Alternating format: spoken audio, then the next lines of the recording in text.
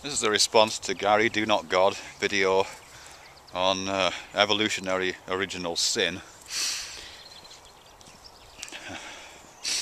And I think what you're saying there, Gary, which is a kind of revisiting of a conversation we had a while back, is that one of the, I guess, curses, really, I have to come back to this word curse, one of the curses that comes with being alive, and particularly conscious, is that we're only alive because of what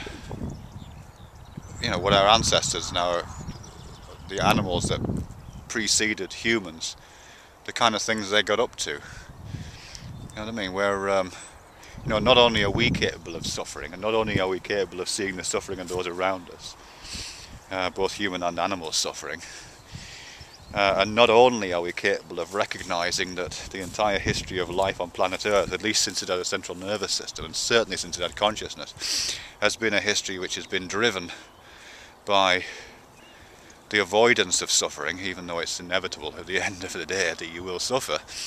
Not only those things, but also our recognition that our very existence is contingent upon the fact that most of our ancestors were responsible for that suffering. I guess I'm just reminded of that video that Manix the Pirate made a while back on a completely different subject. But he was talking about how many offspring Genghis Khan left behind.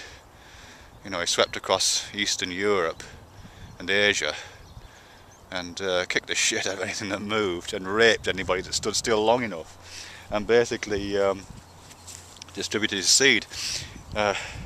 And in a sense, and that was pretty typical, I think, as a survival strategy for one's own genetic material, following the drives and hungers of one's own needs.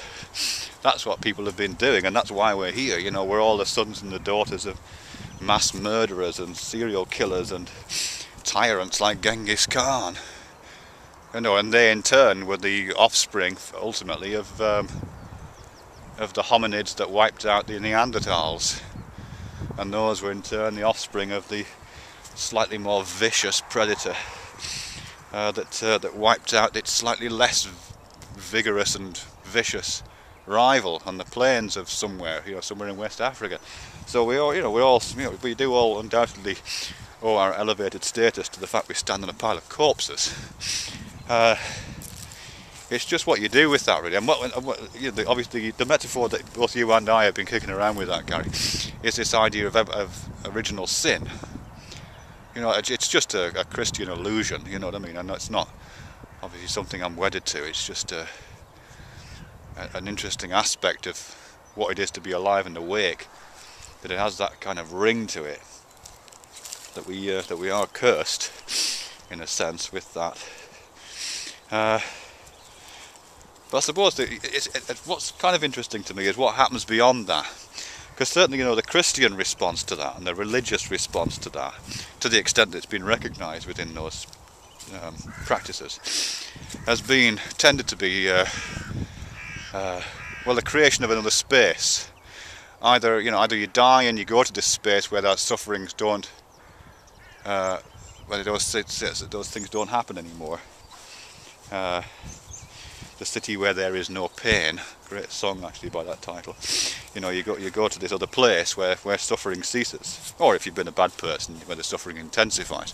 But either way, there's this promise of an afterlife where you can take a breather. Oh God, that's fantastic. It's all over now, baby blue, and it stops. Or the alternative to that is a kind of transcendence. I fucking hate the word transcendence, I have to say, but this idea that you can somehow transcend the fallen flesh, the body that is responsible for dishing out this punishment, as well as the recipient of it.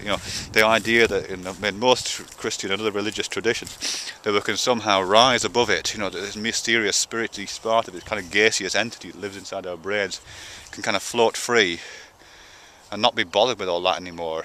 Just deny it. Not me, governor. It wasn't me that did all that. It was that body down there. Or just float free and not experience the pain of it anymore. So I think it's quite interesting that is so prevalent. You find it in all kind of, Thomas Aquinas and St. Augustine write about this. You know what I mean? It's right in the fabric of the Christian spiritual tradition as well as others. And what I thought interesting was that in a sense you're playing out the same mythology there, Gary, and we all are, and maybe we're doing it right this time, I don't know. I mean, this whole thing about virtual reality, or the kind of benevolent matrix that I talked about last time, all that is about getting away from the fallen flesh of the body that is so subject to pains and so good at dishing them out, and has such a history of that, you know, and he's kind of designed for it. It's like we come into the world with a fucking machine gun in our hands, you know what I mean? We're kind of, or in our brains, we're born with these toxins, and yeah, and the way out is and the way up is to transcend the body in Christian terms by some kind of transcendent procedure, spiritual procedure, and in these modern reincarnations of that idea, and in your own ideas there, Gary, through an escape into virtual reality. I'm not sure if escape's the right word actually, but some kind of move away from that into virtuality. Maybe so. I'm not totally convinced myself. I think I'm going to run time on this camera, so it'll probably cut off in the middle of a minute. I'm not totally convinced. You know, it's very hard to think of moving anywhere without taking your consciousness with you, I think. And I think as long as you've got your consciousness, you've got everything that goes with it. I've got a feeling we have to give up consciousness at a certain point and stop worshipping at the feet of that particular weirdness. But I guess that's a different video already, isn't it? Yeah, I don't know really. Yeah, I think virtual reality and that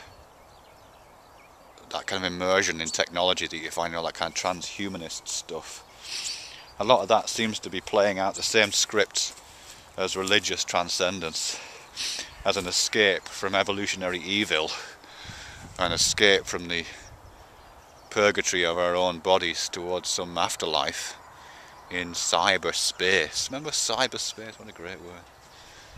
Anyway, that's all I've got. I'll come back to it later, I think.